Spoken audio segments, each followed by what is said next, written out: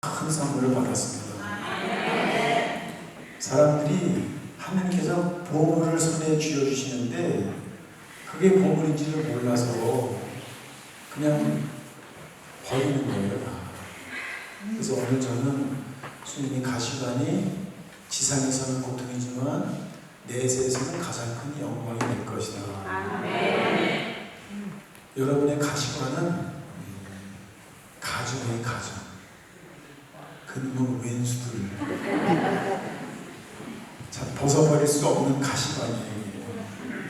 근데 그게 영광의 관이다.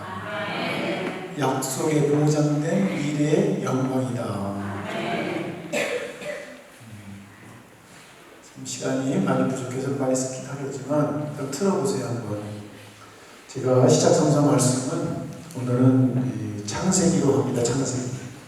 창세기에 보면은 젊은이들이 저한테 와서 제일 많이 만나는데 결혼을 안 하고 살겠다는 젊은이들이 한 적을 때는 3분의 1, 많을 때는 50% 가까이 돼요. 결혼을 해도 자식을 낳겠다는 사람이 한 3분의 1밖에 안 되는 것 같아요. 그럼 이 세상을 어떻게 하면 좋겠습니까? 제가 젊은이요, 결혼은 선택이냐 아니냐 그러면 선택이죠. 하고 싶으면 하고 안 해도 되는 거예요. 우리 어머니 아버지가 저한테 그랬는데요. 그래, 그냥 네가 하기 싫으면 혼자 사는 것도 괜찮아. 이렇게 말하는 부모가 여기 있나 없나? 있으면 나한테 해야지. 회초리 빨리 가, 회초리. 오늘 그 생각을 버리셔야 돼요. 아들아, 딸아, 네가 힘드니까 그냥 혼자 사는 것도 괜찮아. 엄마는 괜찮아. 엄마는 괜찮은데 아버지도 괜찮은데 하느님이 괜찮을까요? 아니요. 하느님께서 뭐라고 하시는지 잘 들어봅시다. 창세기 1장 27절. 하느님께서는 이렇게 당신의 모습으로 사람을 창조하셨다. 우리는 하나님의 모상으로 태어난 사람들입니다. 남자와 여자로 그들을 창조하셨다. 여기 이렇게 남자와 여자로 만들었다고 되어 있지, 젠더 이데올로지가 32개 성이 있다는 건 다 새빨간 거짓말입니다. 속아 넘어가지 마세요. 하느님께서 그들에게 복을 내리며 말씀하셨다. 자식을 많이 낳고 번성하여 땅을 가득히 채우고 지배하여라. 지배하겠니? 물어보는 게 아니고 자식을 많이 낳고 번성하여 땅을 지배하여라. 이게 명령한 거예요, 명령. 결혼을 해도 되고 안 해도 되고 자식을 낳아도 되고 안 해도 되는 그런 것이 아니라 창세기 하나님의 명령인 거예요. 남자 여자를 창조하시고 복을 내리며 말씀하셨다. 자식을 많이 낳고 번성하여 땅을 가득 채우고 지배하여라. 청유형, 권유형이 아니고 명령입니다. 명령.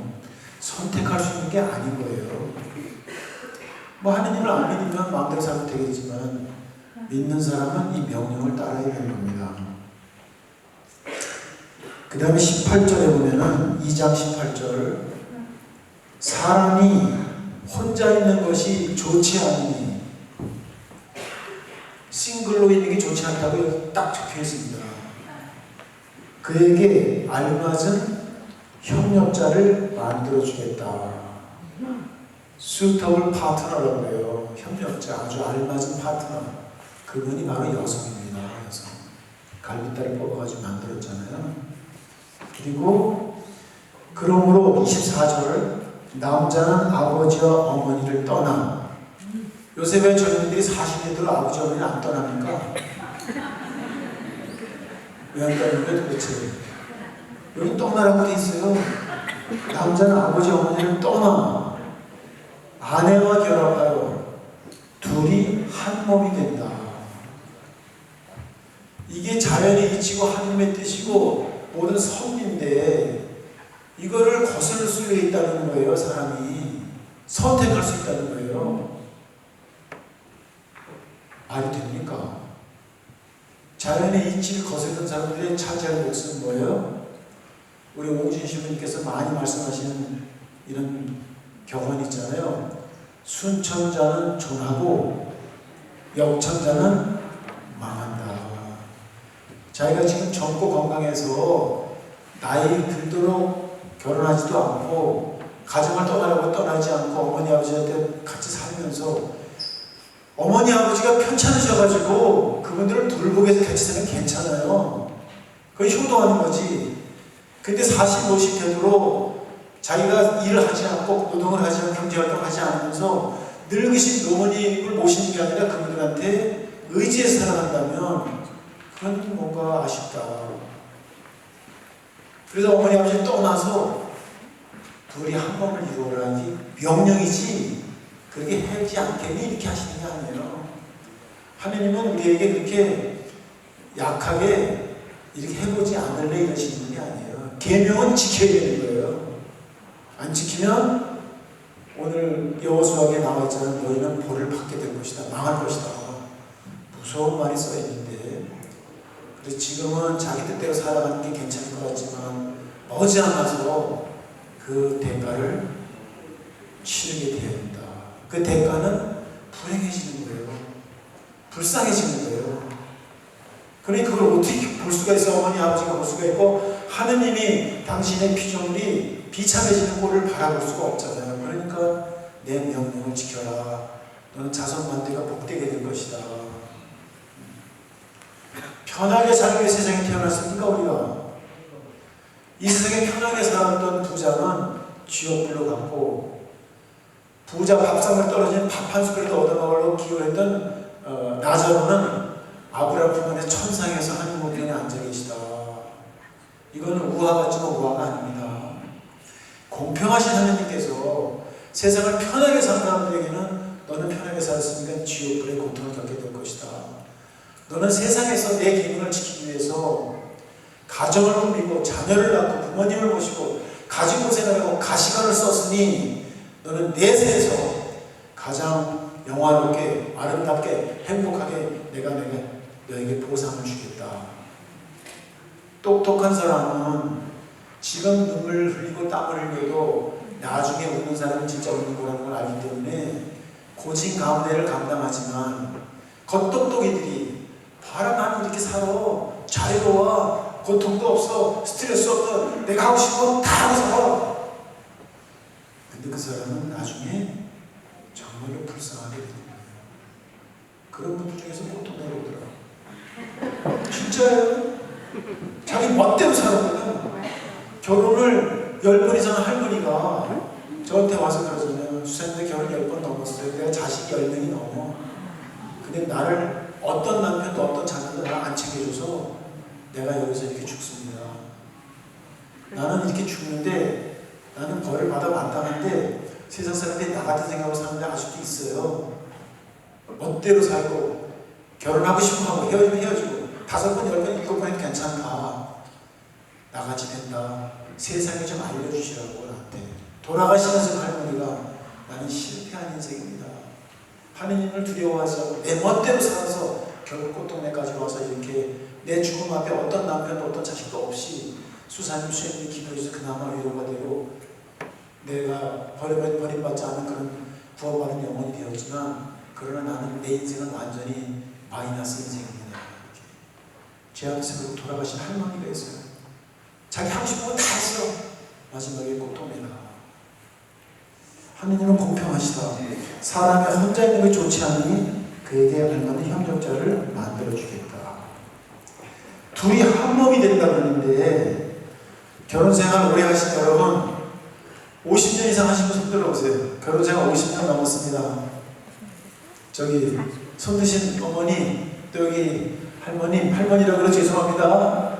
50년 동안 남편하고 같이 사는 게 쉬웠어요? 힘들었어요? 하나가 되는 게 돼요? 안 돼요?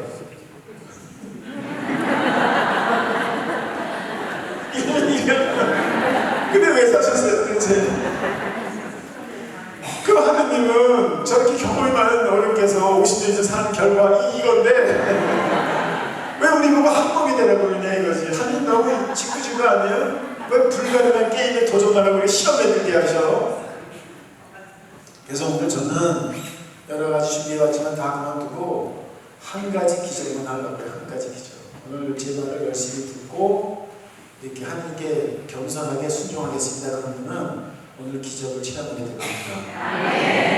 불가능에 도전하는 방법을 알려드리려고 해요. 영감님하고 하나가 되는 방법. 아니 70이 넘은 노부부가 80 다 됐는데 나한테 두 은이 왔어요. 수사님이 용하다고 해서 왔어. 내가 무슨 점쟁이야 뭐야. 무슨 말씀이신데요? 그랬더니 아니 그러는 거야. 영감님이 아세 이에 캔다가 나하고 50년 넘게 살았는데 나하고 갈라서 쟤 할머니 몇 년 사셨는데요 50이 넘었지 50년이. 근데 왜 헤어지려고 그래요? 그러니까 말하기가 싫어. 나는 이 인간이 더 이상 정내미가 떨어서 못 살았어. 아니 그래도 왜 헤어지려고 그러는지. 결혼 생활이 어떠셨어요? 입을 딱 다무셔. 할머니 50년 동안 사시면서 어떠셨어요? 말 안 해. 절대 안 해. 그러지 말고 한마디만 해주세요. 그랬더니 할머니가 정말로 가슴이 무너지는 말씀하셨어요. 저한테 딱 그러셨어요. 죽지 못해 살았다 이 자식아. 죽지 못해 살았다. 너는 수도자니까 그 꼴을 안 되겠지 이러면서. 근데 그 말씀이 저한테는 감동으로 다가왔어요. 할머니한테 내가 무슨 욕되다고 이렇게 무한당한 게 아니고 무신한 게 아니고 죽지 못해 살았다 그러는데 이런 말을 할 수 있는 사람은 남편 앞에서 다른 사람 앞에서 나는 죽지 못해 살았어 이렇게 소리 질 수 있는 사람은 최선을 다해서 하신 거예요. 안 되는 게임에 도전해가지고 발버둥 치면서 여기까지 온 거야. 근데 더 이상 못 참겠어가지고 여기 온 거예요. 저한테 온 거예요. 용화 나는데 좀 해달라 이거지. 그래서 제가 할머니한테 더 이상 말을 시킬 수가 없어서 내가 감동받아가지고 할머니는 최선을 다하십니다. 할아버지는 어떠셨어요? 그랬더니 나는 좋은데 저 옆에 내가 자꾸 그래. 이게 남자고 여자고 이게 다른 거예요. 나는 좋은데. 그래서 제가 할머니한테 그랬어요. 할머니 저는 결혼 안 해서 몰라요. 제가 하는 말은 제 뜻이 아니고 하느님의 뜻이에요. 하느님이 한 몸이 되어라 하셨거든요. 아직 한 몸이 안 되셨죠? 제가 보기에 할머니는 이제 다 하셨어요. 이제 한 몸이 되기 직전이에요. 거의 다 하신 거예요. 99% 하신 거예요. 할머니가 근데 지금 하시려고 하는 결정은 사탄이한테 속아가지고 다 된 밥에 죄를 뿌리는 거예요. 지금 조금만 더 뜸만 살짝 들이면 맛있는 밥을 먹고 정말로 아주 고실고실한 정말 맛있는 밥을 먹고 하나님이 말씀하신 한 몸이 되는데 고생을 못 참아서 그동안 50년 넘게 한 고생을 헛수고하게 만드는 그 사탄의 속임수입니다. 할머니 지금 어둠한테 당하고 있는 거예요. 조금만 더 참으세요 할머니. 그러면 승리할 거예요. 그래서 둘 다 일어서 손 잡아 뒤로 돌아 앞으로 가 땅땅땅땅땅땅땅. 할머니가 뭐라 그래요? 속았구나 속았구나.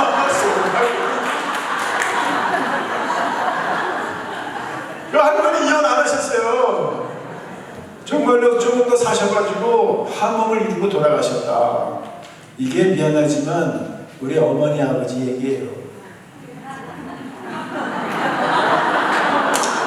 42년 만에 아버지가 폐암에 걸리시더니 우리 아버지가 4군데 독자 외아들의 고아로 자라셔가지고 자수성가하시고 일제시대 때 징용 끌려가서 남양군도에 빠져 죽을 뻔하고 6.25 때 공산포로 잡혀가 총살당하기 전에 탈출하시고 5.16, 4.19 뭐 파란만장하게 언제 태어났냐면 1919년에 태어나셔가지고 우리 아버지가 아이고 그러면서 사셨다니까.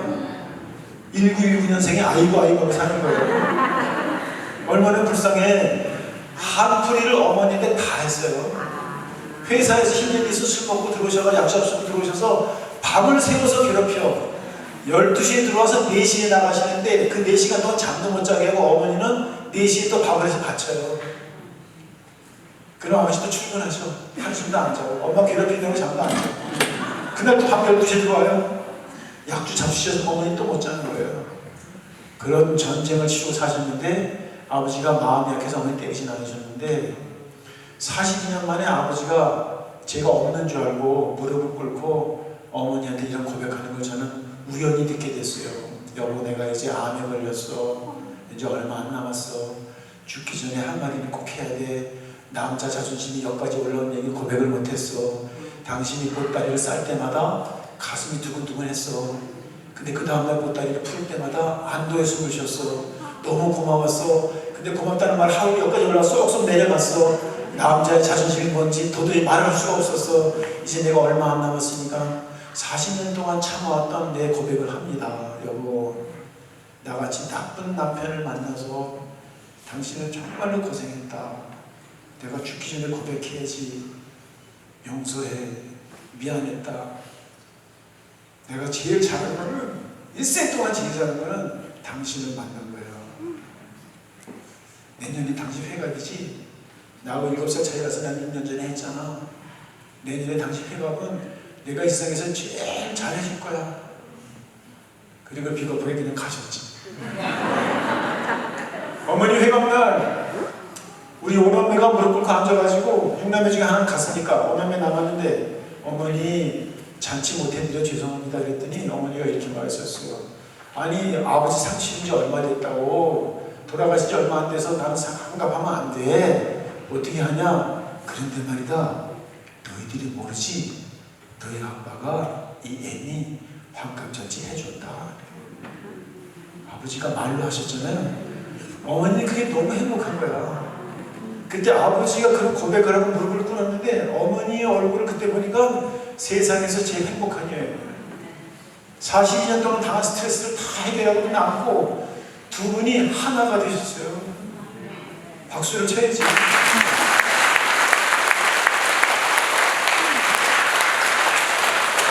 그러니까 할머니 조금만 더 참으시면 무릎을 꿇고 용서하면 용서를 쳐할 거예요. 여보 잘못했어 하면서. 우리 어머니 아버지가 모델이니까 될 거예요 그렇게. 그랬더니 어머니가 그 다음부터는 우리는 다 필요 없고 자식 새끼들 다 필요. 6남매 기원님 하나 죽고 다 십자가 보내고 나 하나 잠깐 못 가는 게 마음이 아픈데 이제는 자식이 보고 다 필요 없고 너희들이 속색일 때마다 아버지 산소에 가서 그 선보상 하나 세워놓은 무당 앞에 선보상 앞에서 묵주기도를 계속하고 울다가 자식 다 필요 없어. 나 빨리 죽어서 당신 옆에 묻히는 게 소원이야 이거. 여러분들 더 이상 자식 믿지 말고 남아있는 배우자 있죠? 배우자 계세요 안 계세요? 있을 때 잘하셔. 땅속에 묻어놓고 나서 그러지 말고 자식은 나빠요. 알았습니까? 아유 나만 경험 있네. 그래서 이제 가정에 대해 잠깐 얘기하고 기도할 건데 한 가지 기적이 뭐냐면 불가능한 게임 남녀가 만나서 결코 하나가 되기가 불가능한 게임이었는데 하나님께서 오늘 그 가정의 부부를 하나로 만들어 주실 것입니다. 한 몸이 이루게 될 거예요. 잘 봅시다. 이제부터 보면 돼요. 그럼 틀어주세요. 빨리빨리 그 엄마 사진 다음부터 여러분이 여기 베드로전서 1장 18절 같이 있습니다. 여러분을 부르신 분께서 거룩하신 것처럼 여러분도 거룩한 사람이 되십시오. 아멘. 그 다음 성가정은 이렇게 세계 4대 성인을 보고 배우는 거예요. 홀리네스, 어떻게 하면 거룩해지는가. 거룩한 가정을 만들려면 내 개인이 성화되어야 돼요. 우리는 다른 종교에서 배웁시다. 부처님, 공자님, 소크라테스 그리고 예수님을 4대 성인이라고 하는데 처음에 부처님 한번 봅시다. 부처님은 어떻게 성인이 됐냐면 왕의 아들이었는데 왕권을 포기한 거예요. 여러분들 결혼하고 나서 자꾸 친정 생각납니까? 제가 꽃동네 내려가고 나서 내가 친정에서 누렸던 것 중에 가장 자랑했던 것이 뭐냐면 내과 전문의 자격증이라는 거예요. 그게 별 볼일 없는 걸 난 몰랐는데 내가 내과 전문의 내 꽃동네 와서 이 고생을 해야 되나?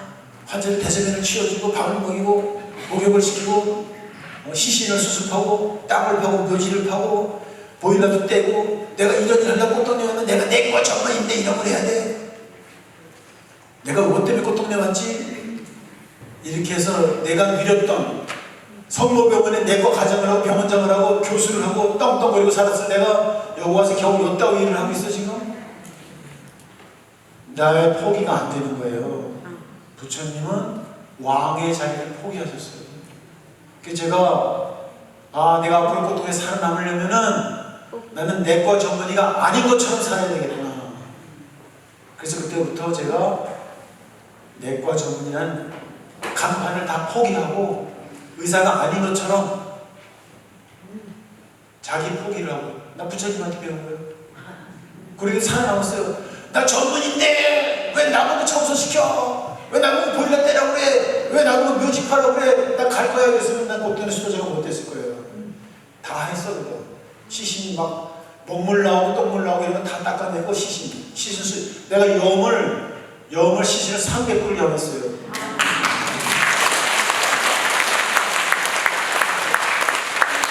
자기 포기를 해. 자기 포기. 근데 여러분은 친정을 자꾸 그리려고 내가 부잣집 며느리 부잣집 딸로서 박사기도 따고 내가 이 일 떴는데 내가 이게 들어왔는데 이렇게 죽을스럽게 살아야 되냐 뭐 이러면 부처님 말도 못하니까 알아서 하셔. 포기, 자기 포기가 있어야 돼요. 내가 결혼하기 전에 누렸던 모든 것을 다 잊어버립시다. 내가 꽃동네 가기 전에 누렸던 모든 나의 권위와 모든 그런 잘나갔던 것을 다 잊어버립시다. 그리고 고행을 하셨는데 극기를 하셨는데 하다가 이거 안 되는 말이에요. 고행 갖고 해탈하는 게 아니구나. 그래서 저분은 참 선했어요. 젠 메디테이션. 선으로 해탈하신 거예요. 기도로서. 고행 갖고 되는 게 아니에요. 그래서 우리 천주교의 편태하죠. 편태. 막 때리잖아 피를. 그러고 가지고 성인이 되는 게 아니라는 것을 부처님도 깨닫는 거죠. 그 다음 공자는 춘추전국 시대에 어두운 시에 아무랬던 중국 천주신에게 별처럼 빛나면서 어지린자 덕으로서 성인이 되셨다. 별은 어둠을 배경으로 빛난다. 춘추전국 시대는 자꾸 어두운 시기였는데 그때 스타가 나타난 거예요. 여러분들 가정이 어둡죠? 내가 왜 이렇게 깜깜한 거 살아야 돼? 난 빛으로 나갈 거야. 그러지 말고 별은 어둠을 배경으로 빛나는데 우리 집안이 어두워? 주님이 나를 스타로 만들어주시거든요. 그래서 저는 필리피서 2장에 별처럼 빛나라 그 성경 구절을 읽을 때 가슴이 뛰면서 그래 좋다. 꽃동네가 어두울수록 나는 더 빛나게 될 거야. 스타가 될 것 같아요? 안 될 것 같아요?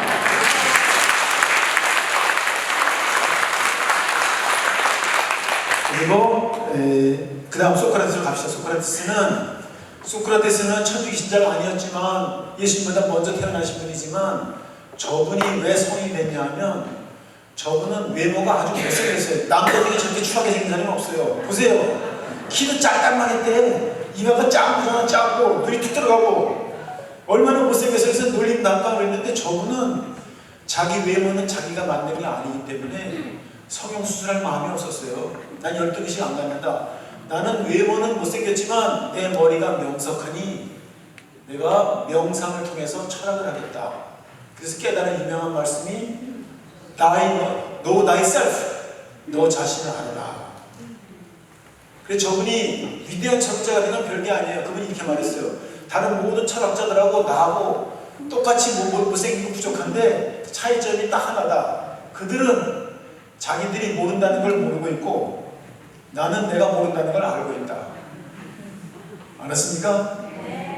그리고 저분은 모든 걸 다 받아들였어요. 자기 추한 외모를 받아들였고 열등의식이 안 빠졌고 악처 크산티페가 제자들하고 열배를 타고 땀을 흘리고 들어오면 이게 어디 갔다 돈도 못 벌 주에 들어와서 창문을 싹 구정물을 껴져버리면은 구정물을 뒤집어서 소크라테스가 아내한테 이 에펜다가 맞아 죽으려고 화장을 대변하는 게 아니라 부인한테 뭐라 그러냐면 열배를 통하는데 목이 컬컬해졌는데 시원하다고 고맙다고 부인한테 물을 뒤집어 쓰이고 나서 그리고 부인을 쫓아내지 않았어요. 두드려 패지도 않고 이혼도 안 했어요. 악천을 받아들였어요. 그리스 정부가 소크라테스가 젊은이들을 모여들게 하고 이 조직이 생기고 사람들이 구름처럼 모여드니까 위협을 느꼈어요. 정치가들은 인기 있는 사람이 나타나면 위협을 느끼거든요. 그래서 젊은이들을 타락시킨다는 죄목을 씌워가지고 감옥에 가두고 사약을 내렸다. 제자들이 와서 스승님이 잘못한 게 뭐 있습니까? 젊은이들한테 진리를 가르쳐밖에 없습니까? 그러니 저희가 간수도 다 매수해서 도망갈 길을 다 만들어놨습니다. 튑시다. 여러분들이 이 소크라테스만큼 잘 받아들입니까? 내가 지금 받아들이지 못하는 사람이 누구야? 내가 받아들이지 못하는 지책이 뭐예요? 여러분 교회 안에서 신부님이 이 봉사 좀 해달라고 그거 받아들입니까? 못 받아들입니까? 뭐 시간 없어요? 뭐가 없어요? 건강이 몸이 약해요? 가진 핑계를 다 대고서 서정미 신부님이 말씀하셨어. 다 따라해보세요. 하고자 하는 사람에게는 방법이 나오고 하기 싫은 사람에게는 핑계가 나온다. 신부님이 지금 본다고 해서 먼저 해달라고. 아, 이거 힘들어서 안 되고 바빠서 안 되고 애들 때문에 안 되고 뭐가 안 되고. 우리 오은지 신이 가르쳐주신 말씀. 신수아, 너는 누가 뭐를 시키면 바빠서 못한다는 소리는 절대 하지 말라. 제가 작년 재작년까지 12가지 직책을 갖고 살았어요. 시간적으로 계산이 안 나와요. 신부님한테 배운 대로 했어. 12가지 직책을 다 수행하려고 죽을 힘을 다했어요. 근데 그것이 나한테 어마어마한 요청이 됐어요. 그래서 저는 시간이 없어 바빠서 못하겠으니까 소리를 안 하고 살기를 결심한 사람이니까 핑계대지 말고 죽었다고 복창하고 나한테 뭘 부탁하면 다 하시는 거예요. 알았습니까? 네. 오늘 이 말 한마디만 배워도 괜찮은 거예요. 하고자 하는 사람에게는 방법이 나오고 안 하고자 하는 사람에게는 핑계가 나온다. 내가 어디에 서 있는지 가슴에 손으로 진단하시기 바랍니다. 그래서 소크라테스는 사역까지 받아들였는데 오늘 여러분들은 이 안수 기도 시간에 내가 받아들이지 못하는 사람, 그 사람은 절대 만나기 싫어. 도저히 난 저 사람은 못 살아. 나 그 직장에 나 이런 직책을 둔데 나 그 직책을 못 하겠어, 안 하겠어. 내가 왜 그까지 해야 돼? 이걸로 족한데 바쁜데 죽겠는데. 교회 안에서도 마찬가지, 수도 안에서도 마찬가지고. 그래서 모든 것을 받아들이겠다. 아멘. 이게 소크라테스 성인이 된 비결입니다. 그다음 이수신 장군이 계시죠? 네. 성웅이라고, 그 영웅이 아니라 성웅, 거룩한 영웅이에요. 저분이 된 것을 시간 관계에서 쫙 읽고 넘어갈 테니까 한번 같이 따라옵니다. 집안이 나쁘다고 탓하지 마라. 나는 몰락한 역적의 가문에서 태어나 가난 때문에 외갓집에서 자라났다. 부모 잘못 만났다고 탓하지 말아요, 여러분들. 이수진 장군은 부모님을 잘못 만났는데 탓하지 않고 우리나라를 구했습니다. 그 다음, 머리가 나쁘다고 말하지 마라. 나는 첫 시험에서 낙방하고 32의 늦은 나이에야 겨우 과거에 급제했다. 머리가 나빠도 30 넘어서, 옛날에는 다 10대 과거 급제했어요. 30살 넘으면 할아버지가 과거 급제한 거야. 할아버지. 그래서 문과에 못하고 문과가 좀 낫잖아요. 그 다음, 좋은 지위가 아니라고 불평하지 말라. 나는 13년 동안 변방오지의 말단 수리 장소로 돌았다. 수도자들도 소임을 발표하는데 마음에 안 들잖아요. 불이 팍 죽어버려요. 나는 그런 분도 봤어요. 3개월 동안 피정하고 얼굴에서 막 빛이 나고 기뻐가지고 막, 와, 피정 너무 좋았어요. 저 종신 너무 기쁘게 했어요. 근데 일주일 뒤에 소임 발표가 나왔어. 얼굴이 시커매지더니 꽃도 내일 떠났잖아. 왜 나한테 이렇게 훌륭한 나 위대한 나한테 이따위 직책을 주냐 이거지. 알았습니까? 그 다음, 윗사람의 지시라 어쩔 수 없다고 말하지 마라. 나는 불의한 직속 상관들과의 불화로 몇 차례나 파면과 불이익을 받았다. 여러분들 직장 안에서 불이익을 당한 적이 있을 거예요. 교회 안에서도 그런 일이 생깁니다. 집안에서도 그런 일이 생기고. 이수진 장군은 그걸 당연한 것을 받아들였어요. 그 다음, 몸이 약하다고 고민하지 말라. 나는 평생 고질적 위장병과 전염병으로 고통받았다. 오신님, 아픈 것하고 일하는 것하고 별개다. 아파도 일해라. 저도 그래서 신부님 가르친 대로 지난 38년 동안 하루도 쉬지 않고 일했어요. 아파도 일했어요. 식중독이 생겼어요. 꽃동네에. 한 30명 환자가 토하고 싸고 배가 떼고떼고 굶는데 저도 그 음식을 먹고 저도 토하고 싸고 배가 아팠어요. 저는 직책이 의사니까 30명의 환자가 몰려왔는데 그들한테 진찰해주고 진통제 놔주고 주사 놔주고 IV 꽂고 이렇게 하느라고 하루 종일 뛰어다니다 보니까 주사 맞고 IV 맞고 약 먹은 사람하고 나하고 누가 더 빨리 낫을까요? 어떻게 알았지? 나는 이 환자 진찰을 가서 싸고 저 환자 진찰을 가서 토하고 진통제 맞을 시간도 없이 30명을 막 하고 하루 종일 뛰어다녔는데 동동동 뛰어다녔는데 오늘도 보니까 나는 안 토하고 안 싸고 있더라고요.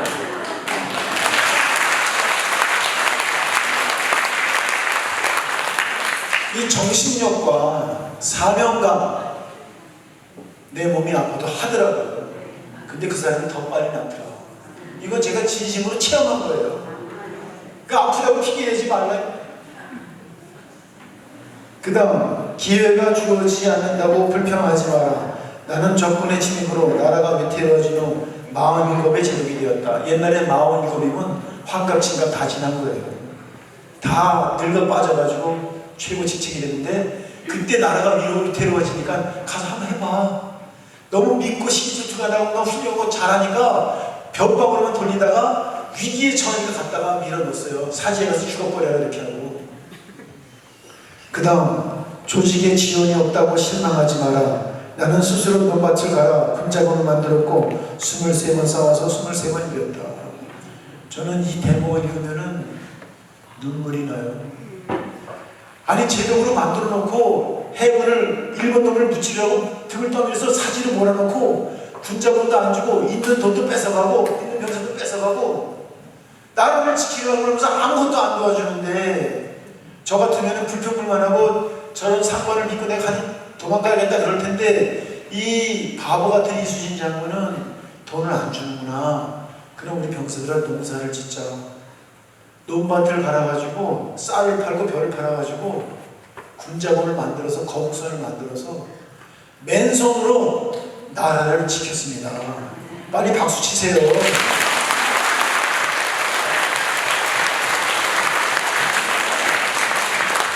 그래서 제가 꽃동네가 저한테 어떤 직책을 줄 때 잘 도와주겠죠? 아주 팍팍 밀어주겠죠? 내가 이럴 수 있는 모든 지원을 다 해주겠죠? 한 사람도 방해하는 사람이 없겠죠? 이어 생략. 나는 이수지 장군이 한 것처럼 했어. 농사 지어가지고 군자국을 만들었다고요. 나는 싸움은 안 하지만 23번 싸워 23번 이겼다 할 때 나는 눈물이 흘려요. 눈물. 이수지 장군은 천주교신자가 아닌데 어떻게 이렇게 했는가. 나는 성경에서도 내 지혜를 얻고 내가 가야 될 길 걸어갈 수 있는 지혜를 발견했지만 이런 우리나라의 위대한 조상을 통해서도 나는 정말 대한민국의 백성이 되기 너무 자랑스럽다. 정몽주 이런들 어떠니 저런들 어떠하니 만수산 지렁치가 얽혀진들 어떠하니 이렇게 하여가를 부르니까 정몽주가 뭐라 그래요? 이 몸이 죽고 골백번 고쳐주고 백골이 짙어려 넋이라도 있고 없고 임양한 일편단심 가실 줄이 있으랴. 이런 조상이 일본에 있습니까? 미국에 있습니까? 대한민국에 있어요. 우리 조상들의 그 선비정신, 이 피에 흐르는 충효사상, 일편단심. 한번 내가 성경 주면 끝이다. 이성계가 아무리 나한테 잘해준다고 이성계한테 안 가고 이성계가 나를 선주교에서 천표를 내쳐 죽여도 그걸 다 알면서 나는 배반 안 한다. 나는 한 임금만 섬긴다. 이성계 나는 기회주의적으로 여기 붙었다 저기 붙었다 하지 않고 나는 장렬하게 죽을지언정 일편단심이다. 오늘 나와 우리 집안은 주님만을 섬기겠습니다 그랬잖아요. 이수진 장군은 그렇게 했어요. 근데 이렇게 기도했다 저렇게 기도했다 왜 그럽니까 도대체. 바람에 날면 갈대처럼 말이지. 한 번 여자가 결혼했으면 난 당신밖에 없어 그래야지. 이 여자가 나한테 자랑해주네. 옛날에 사귀었던 남자를 만나? 너는 끝났다. 나랑 헤어지자. 이런 남편을 어떻게 생각하면 좋겠습니까? 기회주의적으로 네가 잘할 때는 내 아내지만 네가 실수하고 나를 배반하고 나를 아프게 하면 너는 더 이상 내 아내가 아니다. 나는 정몽주같이 일편단심 나는 꽃동네밖에 모르는 사람. 다른 데서 저를 포섭하고 그리스도에 와달라고 해도 안 가요. 꽃동네가 나를 힘들게 해도 안 가요. 꽃동네가 나를 잡아먹으려고 해도 안 가요.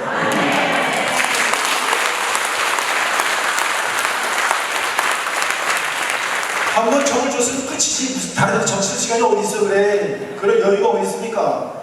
저는 이순신 장군이 일편단심하신 거예요. 정몽주 씨가 그렇게 하셨어. 정몽주 우리 성민이.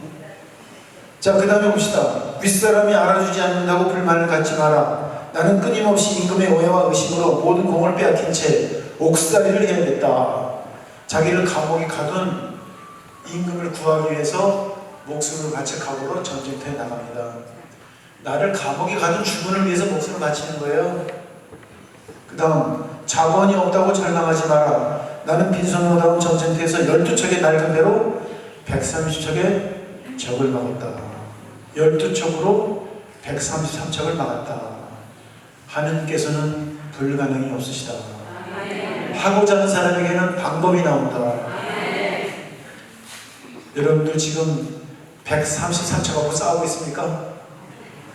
12척도 안 남았어요? 그러니 도망가겠습니까? 이순신 장군을 보고 도전합시다. 사탄이가 쫓겨날 것입니다. 우리는 반드시 승리하게 될 거예요.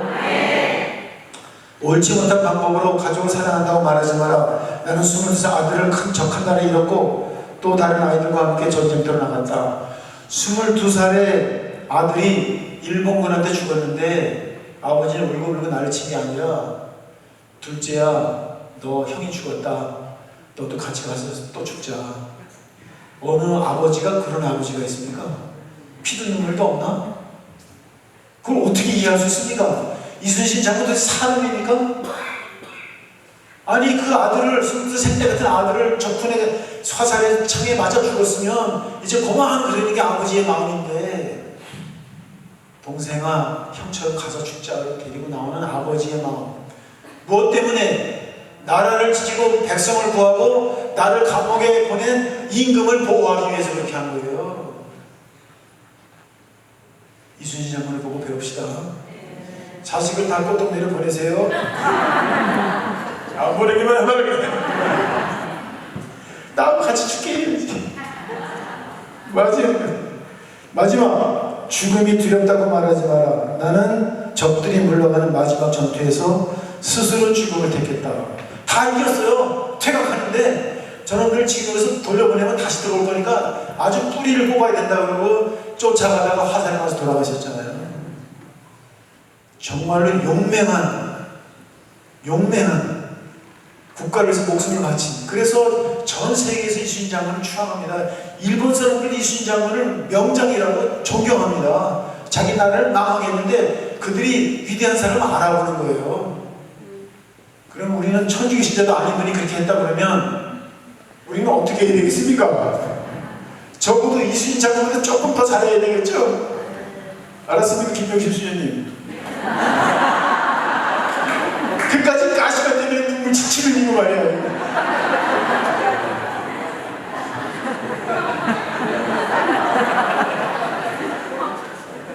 자, 그 다음 이제 빨리빨리 가겠습니다.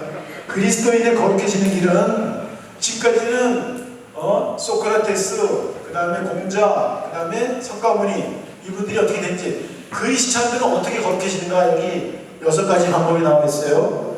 성사를 통해서 거룩해지려면 죄를 용서받아야 되니까 세례받고 고해성사를 보는 거예요. 성령을 받으면, 오늘 이따가 안수식에 성령이 내리는데 우리는 세속적인 사람들입니다. 우리는 죄도 많고 약점도 많고 허물도 많은데 이렇게 더러운 내가 어떻게 거룩해지지? 성사를 통해서 깨끗해지고 성령을 받으면 Holy Spirit, 거룩한 영이 나에게 내리면 그 도움으로 나는 거룩해지는 거예요. 이게 천주교에 있는 보화예요. 성사와 성령. 그리고 세 번째는 기도와 자선을 통해서 죄를 보석하고, 네 번째는 공동체를 통해서 거룩해지는 거예요. 제가 꽃동네 공동체 안에 수도 공동체, 가족 공동체, 직장 공동체, 꽃동네를 도와주는 모든 은인 공동체, 재속회, 기도의 공동체, 수없이 많은 공동체에 살면서 공동체에서 좋은 일도 많이 있었고 은총도 많이 받았는데 같은 공동체 안에서 감당할 수 없는 고통도 억울한 일도 슬픔도 시련도 겪었다. 근데 그 고통과 시련이 저의 과거의 죄를 씻어주는 은총의 기여였고 내가 죄를 보속하는 은총이었다는 것을 제가 깨닫고 나서 공동체 안에서 어려운 일을 겪고 시련을 겪고 억울한 일을 겪을 때마다 하느님께서 나를 예수 성신과 합일시켜 주시기 위해서 하나 되기 위해서 예수님처럼 나를 거룩하게 만들기 위해서 보내준 고통과 시련과 억울한 일구나. 그걸 제가 받아들이고 살았는데 신수가 좁게 거룩해 보입니까?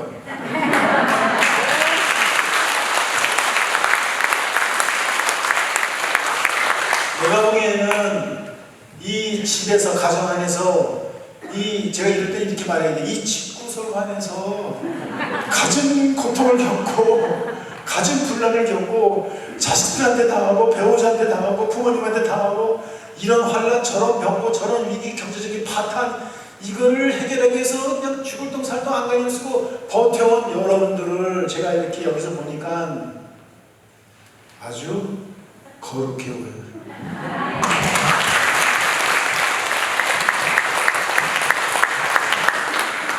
싱글족들은 거룩할 생각도 듣지 마라. 어떻게 거룩해지려고 싱글족으로 살아가지고 집구석에서 들들 벗기면서 살아야지.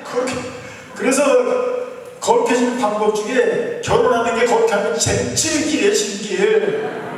알았습니까? 우리 어머니 돌아가시기 전에 사진 봤죠? 72년 동안 가정에 시달리신 어머니 거룩하게 돌아가셨어요. 저는 보장합니다. 가정 공동체 안에 사는 것이 거룩해지는 지름길이다. 수도 공동체 안에서 김용식과 같이 사는 게 거룩해지는 길이다. 저 수도에는 감당하는 게 거룩해지는 거예요.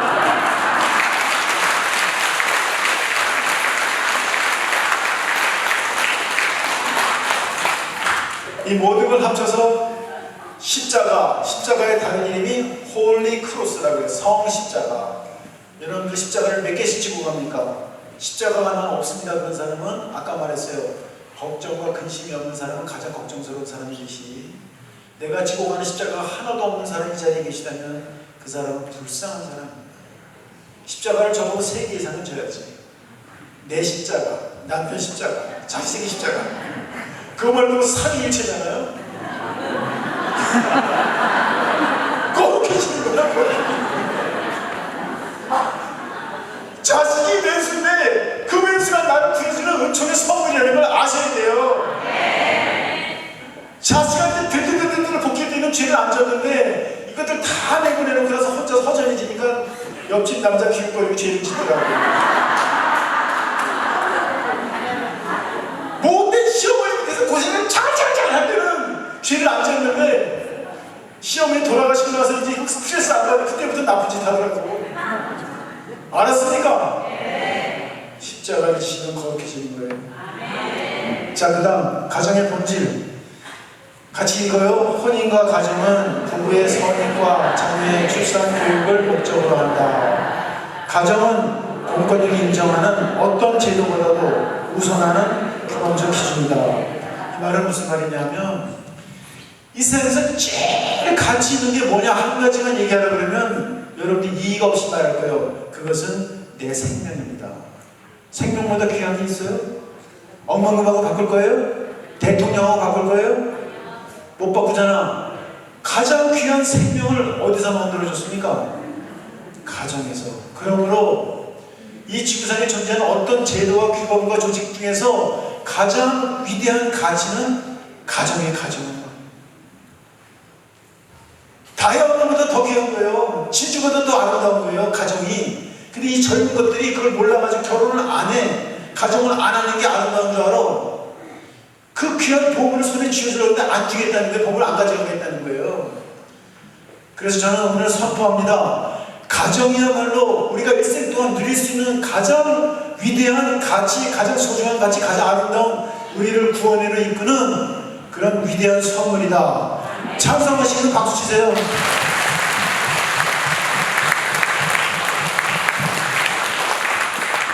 나는 오늘 선포합니다. 결혼한 것을 절대 후회하지 마시옵소서. 그 왼수를 만난 걸 후회하지 마세요. 결혼 안 한 사람을 부러워하지 마세요. 결혼한 건 정말로 잘한 거예요, 여러분들. 알았지? 여기 신혼부부 거기 있지? 여기 이제 얘기 나가지고 요새도 혹시 후회하지 않나 모르겠는데 두 사람은 정말로 잘한 거야. 어떤 경우에도 후회해서는 안 되는 게 바보야, 바보. 진짜 결혼한 사람은 선택을 잘하는 거예요. 저는 그래서 비록 제가 결혼을 못했지만 제 별명이 뭐냐면 결혼 전도사예요. 젊은이 나한테 만나면 너 몇 살이냐? 30살 넘었습니다. 이 자식아 빨리 결혼해. 너 몇 살이냐? 35살입니다. 이 자식아 결혼해. 그래 보낸 자리님들이 제가 좋은 남자 만나면 결혼하겠습니다 이래요. 우리 병원에 노처녀 간호사들이 많아요. 그 간호사한테 내가 그러죠. 날 셋다 이 자식아 너 결혼 못해. 왜요? 좋은 남자는 한 대니까요. 35인데 내가 남자인데 세상에 좋은 남자는 한 놈도 없어. 너는 결혼하기 글렀다. 눈을 떠라 이 자식아. 예수님 말고는 좋은 남자는 하나도 없다. 맞죠? 네. 맞죠? 맞다잖아. 그러지 말고 결혼을 성공하려면 좋은 남자 찾지 말고 내가 좋은 아내가 되어주려는 마음으로 이 남자는 내가 필요해. 나가 도와줘야 돼. 내가 섬기고 도와줄 사람을 찾으면 그 결혼은 절대 실패하지 않는다. 알았습니까? 그래서 꼭 가장 위대한 가치, 진주보다 귀하고 다이아몬드보다 아름답고 영롱한 가정생활을 놓치지 마시기 바랍니다. 후회하지 마세요. 큰 복을 받게 될 거예요. 그 다음에 이제 빨리빨리 넘어가서 하나하나 마치겠습니다. 그리스도인의 가정은 하느님처럼 살려면 하느님이 하신 세 가지를 하면 되는 거예요. 악마구리처럼 살려면 하느님이 하신 일에 반대로만 가면 돼. 하느님이 창조하셨으니까 나도 창조 사업을 하는 거예요. 자녀를 낳는 게 하느님의 창조 사업에 동참하는 것입니다. 두 번째는 하느님께서 하신 두 번째 일은 출산 및 교육을 하는 것인데 이게 창조 사업인데 그들을 낳아서 자녀를 사랑으로 키우는 거, 사랑 사업을 하는 거예요. 근데 그놈의 자식들이 엄마 아빠를 배반해요, 안 해요? 상처를 줘야 안 줘요? 그럼에도 불구하고 그들을 끝까지 사랑해서 그들을 구원시키는 거. 그래서 하나님의 창조사업, 사랑사업, 구원사업 이 세 가지를 하는 지름길은 결혼을 해서 자녀를 낳아서 양육하고 배반당하고 그들을 용서하고 구원해주는 거.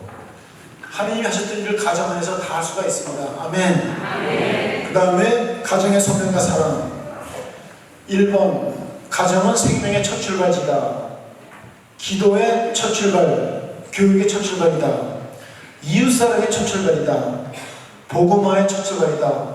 부모는 최초의 신앙 선포자입니다. 왜 자식들한테 성당 가라 말하지 마세요. 다 쓸데없어. 엄마가 행동으로 삶으로 신앙을 선포하면 가지 말라고 해도 가요. 내가 정말로 믿는 어머니는 다르구나. 나도 어머니처럼 살고 싶다. 그러면 지금 안 가더라도 어머니가 옛날에 어떻게 사셨지? 거룩하게 사셨는데 성당 안에서 그랬구나. 내가 죽기 전에 어머니한테 회개하고 성당 가자. 신앙 선포자는 여러분이 되어야 됩니다. 공동생활 첫 출발, 공동체 형성, 순교의 첫 출발. 여러분은 가정에서 순교하는 거예요. 저는 꽃동네에서 순교하는 게 소원입니다. 제가 이번에 가장 큰 복을 받았는데 38년 꽃동네 역사에 제가 다 해보고 누릴 거 다 누렸는데 마지막으로 못 해본 게 뭐냐면 선교지에 가서 죽는 거예요. 그걸 정말로 하고 싶었는데 하나님께 이번에 허락해 주셔서 제가 이제 선교지에 가서 죽을 거예요. 제가 이제 순교하면 여러분들이 그 자식이 말하더니 잘 되셨다고 그러고 알았습니까? 저는 꽃동네에서 순교할 테니까 여러분은 어디서 순교한다고요?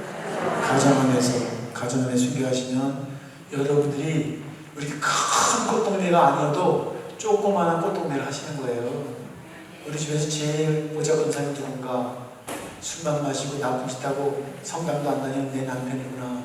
그 보잘것 사람 예수님처럼 모시면 이게 꽃동네래. 신사가 그랬대. 그러면 난 여기서 순교하면 되는 거야. 그럼 나는 직천당한대. 연옥 안 간대. 제가 보장합니다. 주태백이 남편을 모시고 끝까지 사는 우리 어머님 직천당하셨어요. 여러분들 그걸 키를 받으신 거예요 이미? 자, 다 넘어가고요. 이제 마지막으로 하나 합니다. 이제 1번 갑시다. 1번 베들레헴의 성가정. 성가정이 세 가지가 있는데 베들레헴의 성가정, 광야의 성가정, 나자렛 성가정이 있어요. 여기 세 가지죠.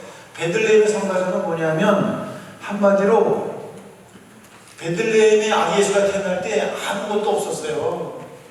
정말 위기예요, 위기. 성 요셉과 성모 마리아는 여인 속에서 안 받아줘. 행색이 초라하고 배가 임신한 것 같고 돈도 없는 것 같으니까 자리가 없어요. 방이 없어. 다 쫓아냈잖아요. 예수님이 세상에 오시려고 하는데 인간들은 돈 욕심 때문에 더 돈 많은 부자, 잘생긴 남자, 가진 것처럼 깨끗한 사람, 행색이 초라하고 배가 부르고 돈이 없어 보이는 사람 다 내쫓았어요. 그러니까 마구간밖에 없어가지고 거기서 아기를 낳아야 되는데 얼마나 위태로웠습니까? 따뜻한 물이 있습니까? 칸막이가 있습니까? 찬바람 부는 마구간에서 소똥 말똥이 파리가 날아다니는 마구간에서 요셉 성인은 얼마나 걱정의식에 사로잡히고 어머니는 처음 아기 낳았는데 상파도 없고 남편이 잘할지 안 할지 모르겠고 얼마나 걱정의식에 사로잡혔겠어요. 거긴 있는 것이 아무것도 없었어요. 아기를 받아주기만 하면 오죽하면 말먹이통에다가 아기를 먹겠습니까? 지푸라기나 깔고. 그게 베들레헴의 성가정입니다. 여러분들이 처음에 결혼해서 결혼생활 시작할 때 한번 생각해 보십시오. 뭐가 있었습니까? 우리를 지탱해 줄 수 있는 아무것도 없이 결혼생활에 계실 거예요. 30년 40년 살면서 하나씩 장만해가지고 오늘에 이르렀다면 그 초창기에 힘들었던 쪼달렸던 그 시간에 그 가정이 아기 예수를 낳은 베들레헴의 성가정이다. 모든 것이 결핍된 위기의 성가정, 위기의 성가정을 묵상하십니다. 거기에 하느님이 계셨습니다. 그래서 목동들이 경배하러 왔고 사망이 내조했고 그렇게 천사들이 나타나서 노래를 불러주었습니다. 두 번째, 광야의 성가정. 아기 예수는 보물보다 더 위대한 우리의 선물이었는데 가장 위대한 선물을 잉태하고 출산해서 내 품에 안으신 성모님과 성요셉에게 돌아온 첫 번째 선물은 뭐냐면 헤로데가 네 아들을 죽이려고 하니까 빨리 에집트로 도망가라. 그래서 이 두 분은 아기 예수를 빨가벗긴 채로 안고 난민, 레퓨지가 돼가지고 요새 난민들이 그러시잖아요. 사막을 횡단해서 사막을 천상천하보다 소중한 아기 예수를 선물로 받은 사람에게 돌아온 첫 번째 선물은 광야, 사막을 가로질러 가는 그런 고통, 난민이 되는 것이었습니다. 여러분들 결혼생활 돌이켜보십시오. 여러분들 가정이 사막처럼 느껴진 적이 있습니다. 내가 사막에 홀로 버린 적이 있습니까? 그것은 하나님께서 여러분들에게 자녀라는 위대한 선물을 준 결과 그 자녀를 지키기 위해서 사막을 가로질러 갔어야 되는 거예요. 천주교의 양성의 가장 핵심적인 장소는 바로 사막이다. 제가 38년간 꽃동네 살면서 초창기 때 꽃동네가 뭐 이래, 꽃동네가 망망대해에 이력편지를 타고 풍랑이 있는 바다를 홀로 가로지는 그런 위험한 나자신을 묵상했었고, 그보다도 심했던 것은 꽃동네가 사막이구나. 여기 있으면 나는 목말라 죽을 거야. 빨리 샘물이 있는 집으로 돌아가자. 이집트로 돌아가자. 그렇게 저를 유혹했었어요. 하느님이 저를 붙잡아 주시고 나중에 알았습니다. 천주교 신자는 사막에서 양성되는 거구나. 여러분들이 집구석이 아무도 나를 알아주지 않고 도와주지 않고 달라고만 하고 요구만 하고 내 아픔을 아무도 알아주지 않고 사막에 홀로 버려진 느낌이 있었다면 하느님의 자비와 은총으로 그 자매 그 형제를 양성시키기 위해서 하느님은 사랑하시는 아들을 채찍으로 다스린 주님께서 위대한 성인으로 만들기 위해서 나를 사막에 버리셨구나. 우리 집이 사막처럼 느껴졌다면 여기가 내가 양성을 될 가장 아름다운 목표구나. 여기서 나는 오아시스를 만드는 삶을 살아나가겠다. 제 꿈이 사막과 같은 꽃동네를 생명수가 넘치는 오아시스로 만드는 꿈을 갖고 살아갔습니다.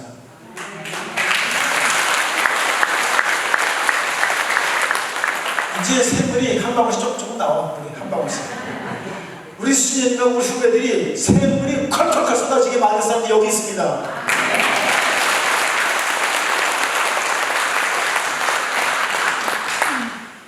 자, 진짜로 이제 마지막 하나 하고 할 건데 이제 건너뛰는 건데, 받아들임의 영성에 대해서 넘어가면 받아들임의 영성 펴보세요. 여기 같이 한번 읽겠습니다. 로마서 15장 1절. 하나 되는 게 공동체 일치. 공동체 어떻게 하나 되는가? 읽으세요, 같이.